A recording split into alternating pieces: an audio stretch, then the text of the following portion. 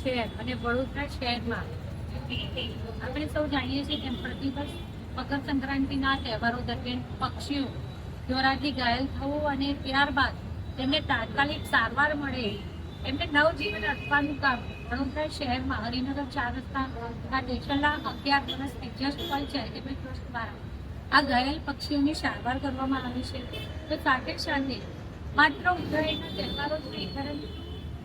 દરેક દિવસ એટલે કે કહી શકાય કે આખા વર્ષ દરમિયાન 24/7 એમના દ્વારા પક્ષી બચાવ કેન્દ્રની કામગીરી કરવામાં આવે છે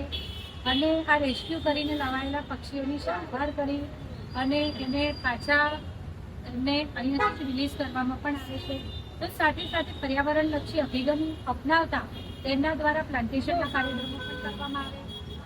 જ્યારે વર્લ્ડ સ્પેરો ડે હતો તે દિવસે તેમના દ્વારા ચકલીના માળાનું પણ વિતરણ કરવામાં આવ્યું. આપણે સૌ જાણીએ છીએ તેમ આજના સમયમાં ક્યાંક ને ક્યાંક આપણી જે ચકલી હતી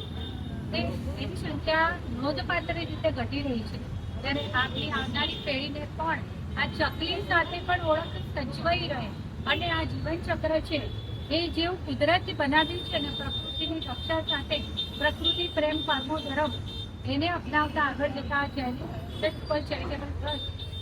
એના ફાઉન્ડર વિક્રમભાઈ અને એમની સમગ્ર ટીમને હું અભિનંદન પાઠવું છું. કારણ કે ઈશ્વરે તેમની પસંદગી કરી છે માનવતાથી સમૃદ્ધ એવી આ કામગીરીમાં. ત્યારે આગામી સમયમાં પણ તેઓ આ જ કામ ખૂબ સારી રીતે કરી શકે તે માટે કોર્પોરેશન વડોદરા મહાનગરપાલિકા અને સૌ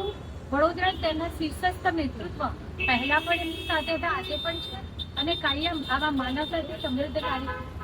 કાર્યમાં અમે સૌ એમની સાથે જોડાયેલા છું અને શુભેચ્છા પાઠવું છું. આ 3 દિવસ દરમિયાન અનેક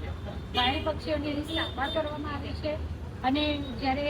ગુજરાત સરકારના ફોરેસ્ટ વિભાગ દ્વારા પણ આ કામગીરી કરવામાં આવે છે ત્યારે વડોદરાના લોકલ લેવલ પર 24/7 આખા વર્ષ દરમિયાન પક્ષીઓ માટે જે કામગીરી કરવામાં આવે છે હું હૃદયપૂર્વક તેમની આ કામગીરીને બિરદાવું છું અને એમનો આભાર અભિનંદન કરું છું.